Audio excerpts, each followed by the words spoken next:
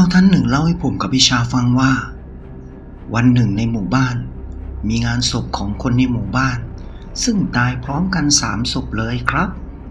สาเหตุที่ตายเพราะว่าทั้ง3เป็นเพื่อนกันเขาไปหาของในป่าเหนือที่ติดกับเขาลูกใหญ่ๆหลายลูก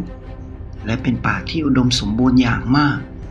แต่เป็นป่าที่ชาวบ้านเขาไม่เข้าไปกันเพราะว่าป่านี้มีเรื่องน่ากลัวเกิดขึ้นอยู่ตลอดบางคนเข้าไปก็ตายในป่าเลยบางคนก็ออกมาเพ้อแล้วเจ็บป่วยตายแต่3 หนุ่มที่กำลังจัดงานศพอยู่ในหมู่บ้านขณะนี้กลับออกมานอนแล้วก็ไม่ตื่นขึ้นมาอีกเลยที่เขาเรียกกันว่าไหลตายพร้อมกันทั้ง3 คนญาติทั้ง3 หนุ่มเล่าให้ชาวบ้านฟังว่าก่อนคืนวันที่ทั้ง3 คนจะนอนไปแล้วไม่ตื่นขึ้นมาอีกเลยนั้นทั้ง3ได้เล่าให้พ่อกับแม่ฟังว่าตอนเข้าไปในป่าทั้ง3เจอหญิงแรกรุ่นดารุณี3 คนตอนออกมาจากป่า3 สาวได้มาส่งหนุ่มๆทั้ง3อยู่ชายป่าก่อนเข้าหมู่บ้านแล้วก็บอกว่าจะออกมารับไปอยู่ด้วยเป็นสามีภรรยากันชาวบ้านคิดว่าน่าจะเป็นอาถรรพ์ผีที่อยู่ในป่าเหนือนั้นเหตุการณ์3 หนุ่มนอนไหลตายไปได้ไม่นานก็มีหนุ่มกรุง3 คนเข้ามาหาจ้างพรานในหมู่บ้านเพื่อนำทางเข้าไปเที่ยวในป่าใหญ่ทางเหนือของหมู่บ้านแต่พวกเขาหาอยู่ถึง2 วันก็ไม่มีพรานคนใดนำทางพวกเขาเข้าไปในป่าทางเหนือนั้นเลยพวกเขา3 คนเลยตัดสินใจว่าเมื่อไม่มีพรานนำทางพวกเขาก็จะเข้าไปในป่าทางเหนือนั้นเองโดยใช้วิธีเข้าไปป่ารอบๆหมู่บ้านแทนไม่เข้าไปลึกมากหายิงไก่ป่าหรือถ้าโชคดีได้เก้งกวางตัวเล็กๆพวกเขาก็พอใจแล้วเมื่อตกลงกันได้อย่างนั้นทั้ง3 หนุ่มคือชัยวินและโชคก็เตรียมข้าวของเพื่อที่จะเดินทางไปในวันพรุ่งนี้เช้าคืนนี้พวกเขาทั้ง3 คนก็อาศัยศาลาวัดพักอีกเป็นวันที่2ซึ่งวันแรกที่เข้ามาหลวงตาเจ้าวาดก็เตือนว่าอย่าเข้าป่าเหนือเลยถ้าจะเที่ยวป่าไปป่าทางใต้หรือทางตะวันออกก็ได้เพราะป่าไม่ทึบมากแต่ก็ยังได้บรรยากาศป่าแบบที่ต้องการอยู่แต่ทั้ง3ไม่ยอมอยากเข้าไปป่าใหญ่หนาทึบทางเหนือที่ชาวบ้านร่ำลือกันถึงอาถรรพ์ต่างๆซึ่งพวกเขาฟังก็ได้หาเชื่อใดๆไม่คิดแต่ว่าชาวบ้านนอกบ้านป่าแห่งนี้งมงายกันมากกว่า3 หนุ่มตื่นแต่เช้าเตรียมพร้อมแล้วตั้งแต่เมื่อวานพวกเขาจึงเริ่มเดินทางแต่เช้าตรู่เลยเพราะตอนเช้าบรรยากาศในป่าเขาลำเนาไพรนั้นทั้งดีและสดชื่นนกป่าผีเสื้อเริ่มบินกันออกให้ว่อนทั้ง3 หนุ่มชมนกชมไม้เดินป่ากันอย่างไม่ได้คิดถึงภัยต่างๆที่ชาวบ้านบอกชาวบ้านเล่าให้ฟังเมื่อเดินเข้าป่าไปได้ประมาณเกือบชั่วโมง3 หนุ่มก็เผลอเดินเข้ามาป่าลึกทางเหนือโดยไม่รู้ตัวมาเอะใจอีกทีก็ต่อเมื่อรอบๆตัวมีแต่ต้นไม้สูงใหญ่ทะมึนพวกเขามองดูต้นไม้สูงใหญ่ที่อยู่รอบๆตัวทุกต้นเป็นต้นตะแบกที่มีขนาดใหญ่ 3-4 คนโอบขึ้นไปมองหาต้นไม้ต้นเล็กหรือต้นไม้ที่ใหญ่ประมาณคน2 คนโอบไม่มีเลยป่าทั้งป่ามีแต่ต้นไม้ขนาดใหญ่มากมาทั้งสิ้นทั้ง3มองหน้ากันแล้วก็หยุดพิจารณารอบๆตัวชัยเลยพูดขึ้นว่าพวกเราเข้ามาลึกเกินไปแล้วมะวินและโชคมองหน้าคนถามแล้วก็มองไปรอบๆงั้นเราเดินกลับออกไปหน่อยก็ดีวินพูดขึ้นด้วยความหวาดหวั่นกับบรรยากาศอันวังเวงล้อมรอบด้วยต้นไม้ใหญ่มารอบๆตัวนั้นเมื่อตกลงกันได้ทั้ง3ก็หันหลังกลับเดินย้อนรอยทางเดิมออกมาทันทีทั้ง3เดินย้อนรอยตามทางเดิมออกมาอยู่เป็นนาน2 นานแต่ก็ยังไม่มีวี่แววว่าจะพ้นออกมาจากป่าไม้ใหญ่หนาทึบนั้นสักทีแต่ก็เหมือนว่ายิ่งเดินป่าก็ยิ่งรกทึบขึ้นเรื่อย จนทั้งสามคนใจคอไม่ดีเหมือนว่าเราจะหลงป่ามาเนี่ยโชคพูดขึ้นกูก็ว่างั้นแหละยิ่งเดินเหมือนว่าเราจะเดินเข้าป่าลึกไปเรื่อยๆเลยวิงเสริมขึ้นขณะที่ทั้งสามกำลังลังเลว่าจะทำยังไงต่อไปอยู่นั้นพลันก็มีเสียงหัวเราะของหญิงสาวหยอกล้อกันอย่างสนุกสนานขึ้นทั้งสามคนมองหน้ากันพยายามฟังว่าเสียงหยอกล้อนั้นมาจากทางไหนเพราะเสียงเหมือนก้องไปก้องมาหาทิศทางไม่ได้เลยทั้งสามค่อยๆเดินมองหน้ามองหลังไปอย่างช้าๆไม่นานข้างหน้าก็ปรากฏเป็นลำธารขนาดใหญ่ตรงกลางลำธารนั้นมีหญิงสาวโสภาในชุดวันเกิดของตัวเองกำลังเล่นน้ำว่ายน้ำหยอกล้อกันอย่างสนุกสนานและหญิงสาวโสภาทั้งสามนางก็หันหน้าขึ้นมามองชายหนุ่มทั้งสามคนด้วยสายตาอ้อล้อวิงวอนแล้วก็มีเสียงดังกังวานพูดขึ้นว่า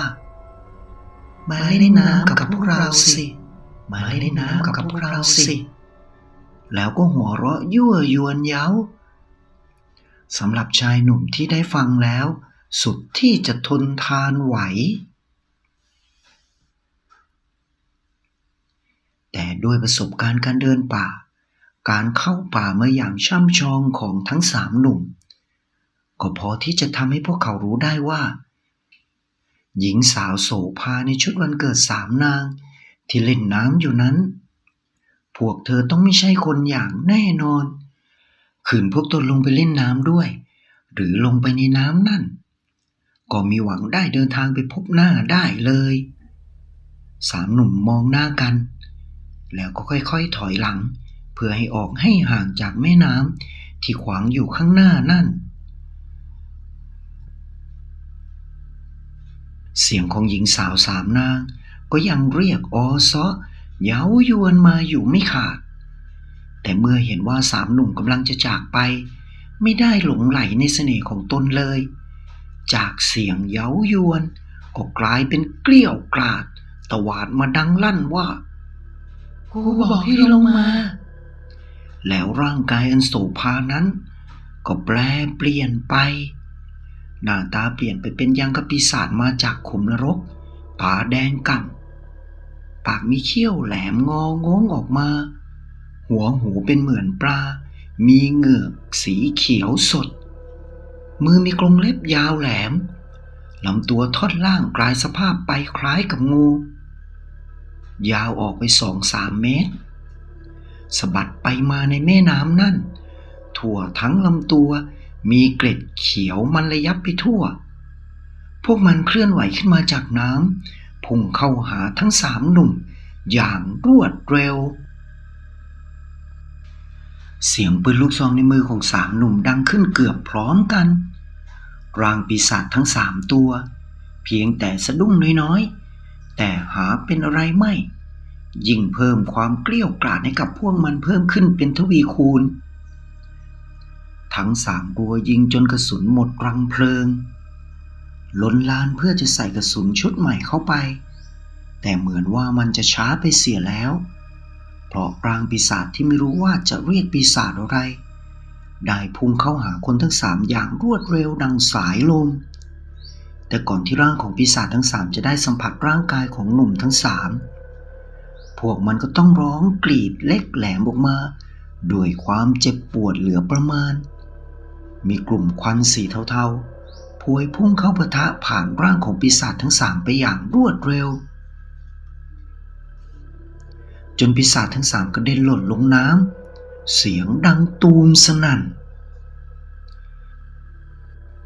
แล้วปรากฏกลุ่มควันเป็นเหมือนรูปควายเขาโง้งตัวใหญ่มากมายืนร้องมออยู่ตรงหน้าของปีศาจทั้ง3ก่อนที่หมอกควันรูปควายตัวนั้นจะพุ่งเข้าปะทะอีกรอบที่2ก็มีเสียงกรีดร้องด้วยความเกลี้ยวกล่อมขัดใจของปีศาจทั้ง3ดังขึ้นแล้วร่างปีศาจที่น่าเกลียดน่ากลัวทั้ง3 ตนนั้นก็ ก็หันหลังกระโจนลงน้ำดำผุดดำว่ายหายไปในพริบตา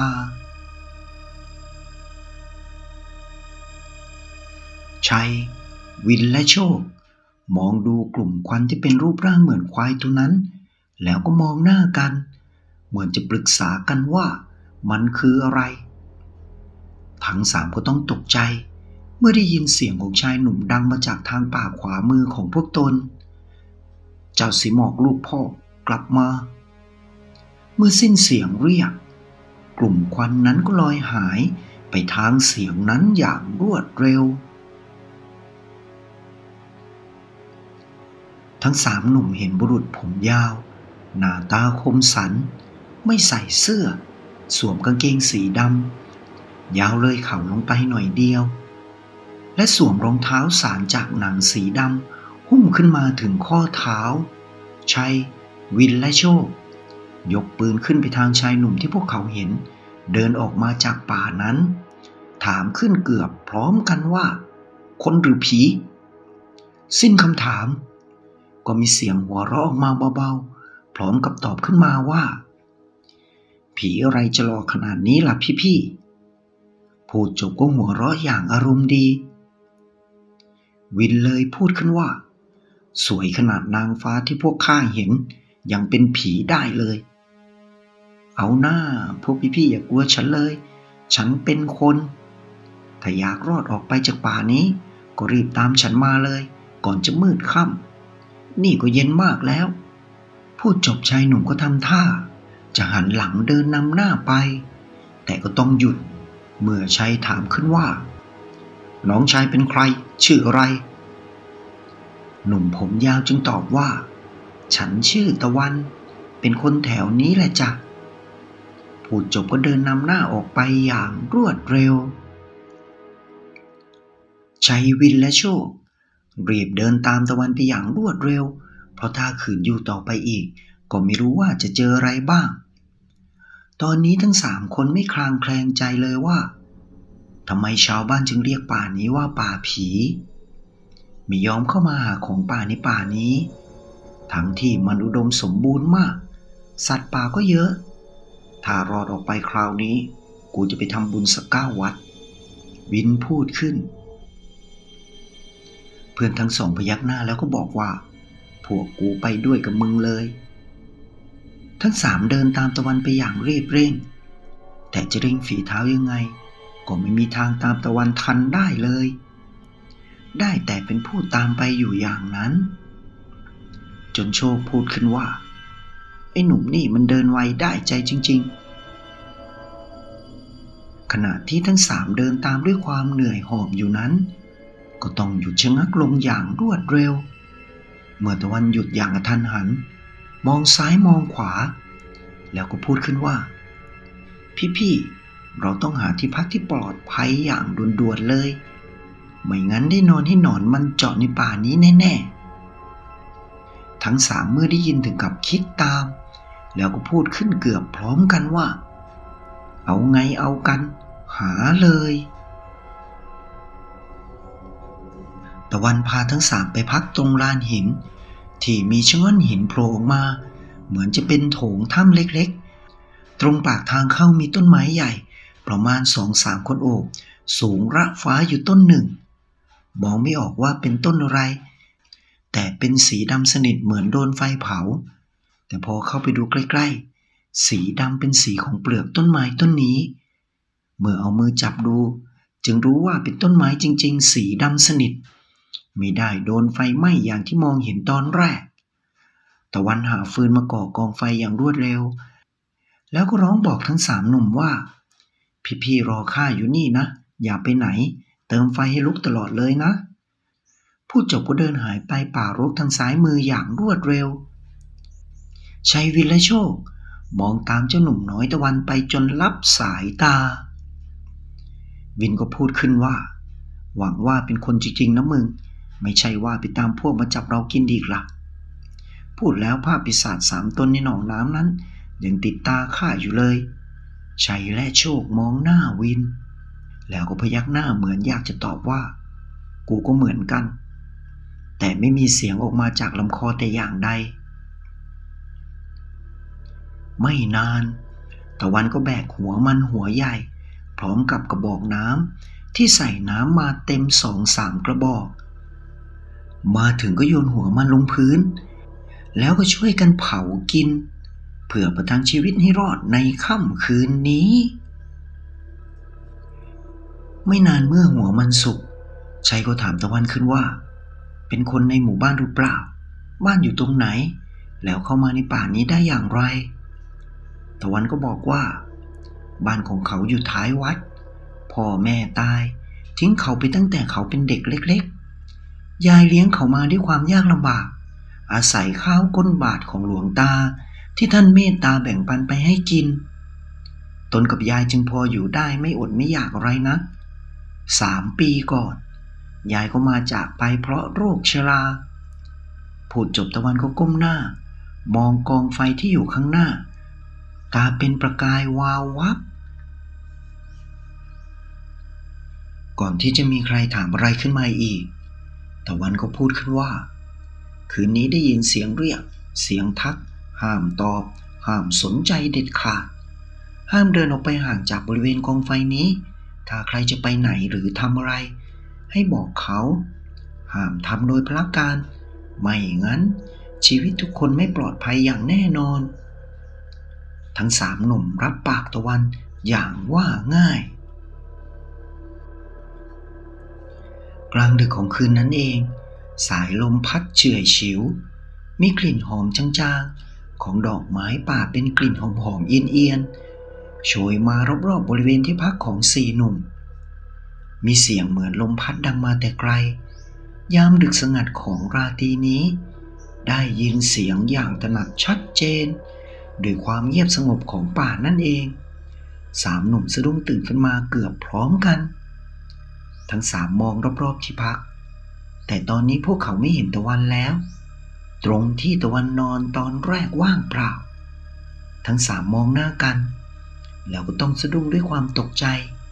มีเสียงหัวเราะดังแว่วมาตามสายลมรอบๆที่พักเป็นเสียงหัวเราะของหญิงสาวมากกว่า1 คนแต่เสียงหัวเราะนั้นมันวังเวงเหลือเกินทั้ง3หยิบปืนประจำตัวขึ้นมาเตรียมพร้อมระวังภัยไม่นานเสียงหัวเราะน่าสยดสยองนั้นก็เงียบลงแต่มีเสียงคลืดคลืดเหมือนมีคนลากต้นมะพร้าวคลูดไปกับพื้นดินพร้อมกับมีเสียงเหมือนลมพัดฟู่ฟู่เสียงดัง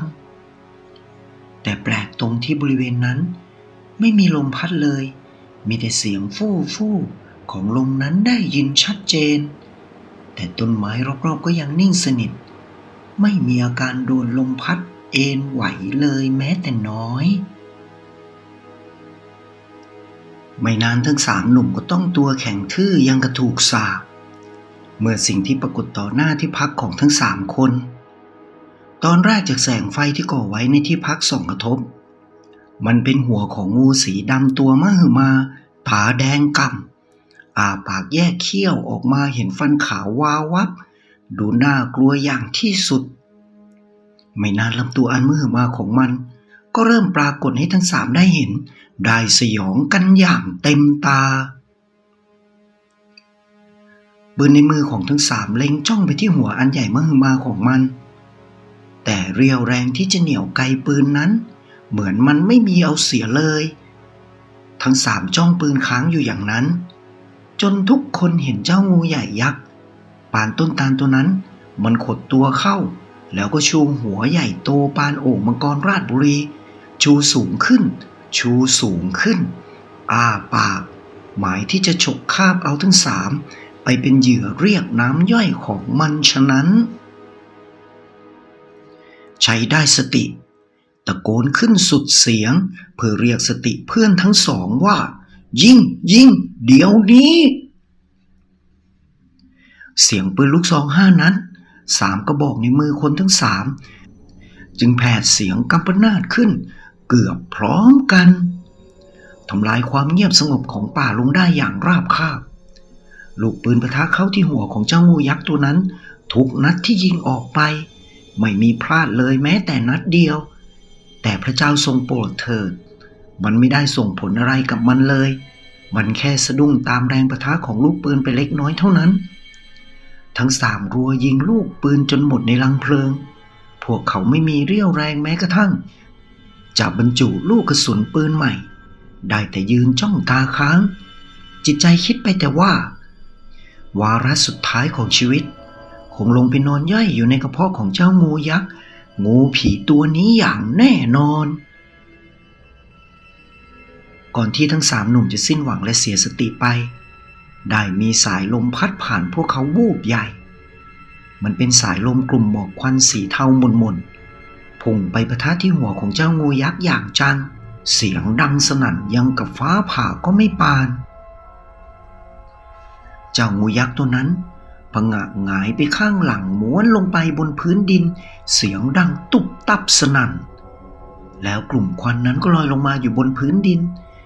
เป็นกลุ่มควันรูปควายตัวใหญ่ๆสีเทายืนแหงนหน้าส่งเสียงร้องมอมอเท้าตะกุยดินแหงนหน้าไปทางเจ้างูผีงูปีศาจตัวใหญ่ยักษ์ตัวนั้นอย่างไม่คลั่นคล้ามใดๆสีหมอกลูกพ่อจัดการมันพร้อมกับเสียงตะโกนทุกคนก็มองเห็นตะวันเดินออกมาจากชายป่าทางซ้ายมือมายืนอยู่ข้างๆชายหนุ่มทั้งสามคนสิ้นเสียงสั่งเจ้าสีหมอกก็กลายเป็นกลุ่มควันพุ่งเข้าหาเจ้างูยักษ์ตัวนั้นอย่างรวดเร็วเจ้างูผีงูยักษ์ตัวนั้นอ้าปากสะบัดหัวพุ่งเข้าฉกกลุ่มควันที่ลอยเข้าหามันอย่างรวดเร็วปานกันเจ้าสีหมอกหรือกลุ่มควันที่พุ่งเข้าไปปะทะเข้ากับการฉกกัดของงูผีตัวมหึมาตัวนั้นกระเด็นเข้าป่าข้างทางเสียงป่าลู่ล้มระเนระนาดเจ้างูผีงูยักษ์ตัวนั้นชูหัวขึ้นอ้าปากโยกหัวไปมาอย่างผู้มีชัยแย่แล้วเจ้าสีหมอกน่าจะเสียท่ามันแล้วตะวันพูดขึ้นชัยวินและโชคหันหน้ามามองตะวันเหมือนว่าจะถามความเห็นว่าจะทำอย่างไรที่คอพี่ชัยถอนมันออกมาให้ผมเร็วเข้าพวกเราต้องใช้สิ่งนั้นแล้วตะวันพูดขึ้นอย่างรวดเร็วเท่าความคิดชัยถอดสร้อยที่คล้องคอของตัวเองออกมายื่นให้ตะวันอย่างรวดเร็วเพราะถ้าขืนช้ามีหวังชีวิตในป่าคงจบสิ้นลงในวันนี้อย่างแน่นอนตะวันรีบรับมายกขึ้นพนมมือร่ายคาถาอะไรอยู่ครู่ก็ชูสร้อยคอเส้นนั้นขึ้นเหนือศีรษะบัดดลนั้นก็ปรากฏแสงสีเหลืองทองเจิดจ้าขึ้นพร้อมกับปรากฏร่างของพญานกตัวใหญ่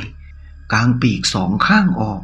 จนครอบคลุมบริเวณแคมป์พักนอนนั้นส่องแสงสว่างเรืองไปทั่วปีกสีทองสองข้างเรืองแสง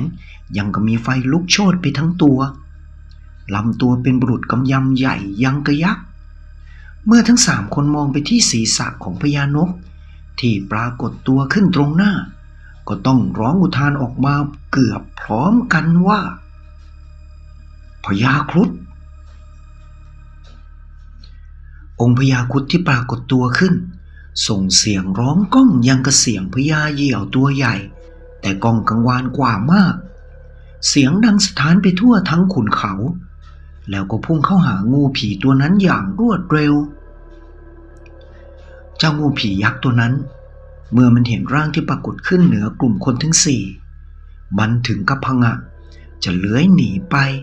แต่ก็ไม่ทันซะแล้วแสงสีเหลืองทองที่ปรากฏเป็นร่างของพญาครุฑพุ่งเข้าปะทะร่างของมันอย่างจังมันหวีดร้องออกมาเป็นเสียงของผู้หญิงกรีดร้องออกมาด้วยความเจ็บปวดทรมานไฟลุกท่วมตัวไม่นานก็เหลือแต่กองขี้เถ้าปลิวลอยไปตามลมพร้อมกับเสียงร้องโหยหวนนั้นก็สงบเงียบลงร่างของพญาครุฑก็ค่อยๆเลือนลางหายไปกับความมืดของรัตติการโหไม่อยากรู้ว่าองค์พญาครุฑที่ห้อยคออยู่จะมีอิทธิฤทธิปาฏิหาริย์เพียงนี้ชัยพูดขึ้นทั้งหมดจ้องมองสร้อยพญาครุฑที่อยู่ในมือของตะวัน เกิดความศรัทธาขึ้นมาอย่างเต็มเปี่ยมหัวใจเมื่อเหตุการณ์เปลี่ยนแปลงไปในทางที่ดีขึ้น